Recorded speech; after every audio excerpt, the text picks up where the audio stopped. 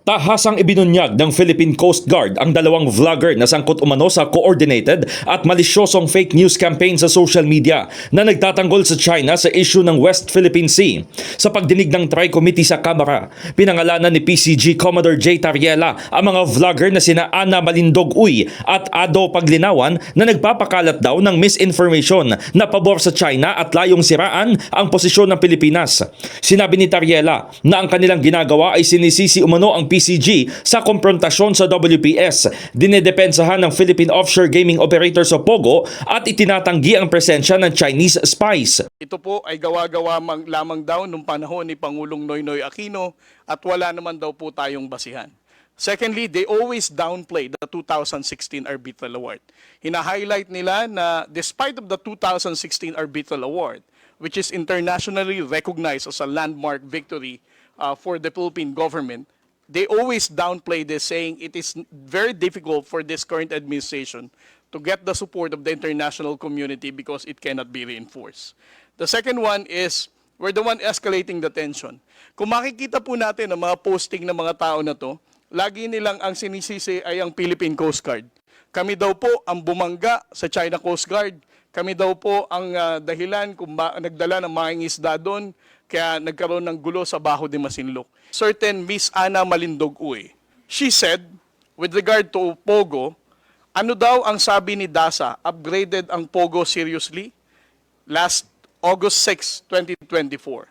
She also commented, investigasyon ng Kongreso sa issue ng Pogo, nakakahiya. The article written by Mr. Ado Paglinawan. He also wrote about Tarlac Mayor Alice Guo, suggesting that she is being disgracefully grilled by the senators. Ipinaliwanag ng opisyal na mayroong tatlong layers ng disinformation: initiators, disseminators at reposters. Sila po ang kinikilala nating mas known figure pagdating sa pagpapakalat ng maling impormasyon.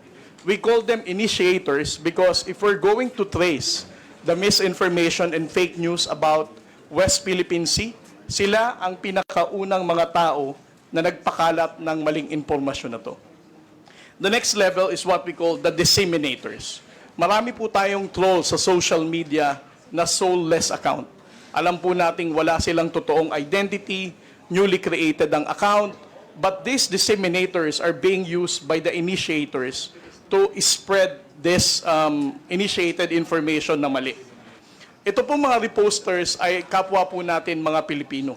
Maaaring sila po ay sumusuporta lamang kay initiator o meron silang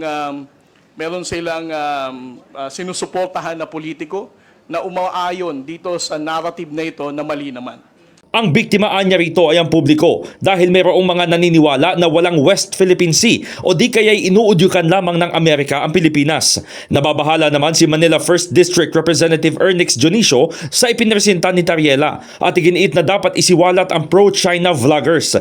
Kasabay nito, umapela si Dionisio sa mga vlogger na maglabas ng content na dumidepensa sa pambansang interes. In the heart of changing lives, ako si Brigada Haji Caaminio ng 105.1 Brigada News FM Manila, the Music and News Authority.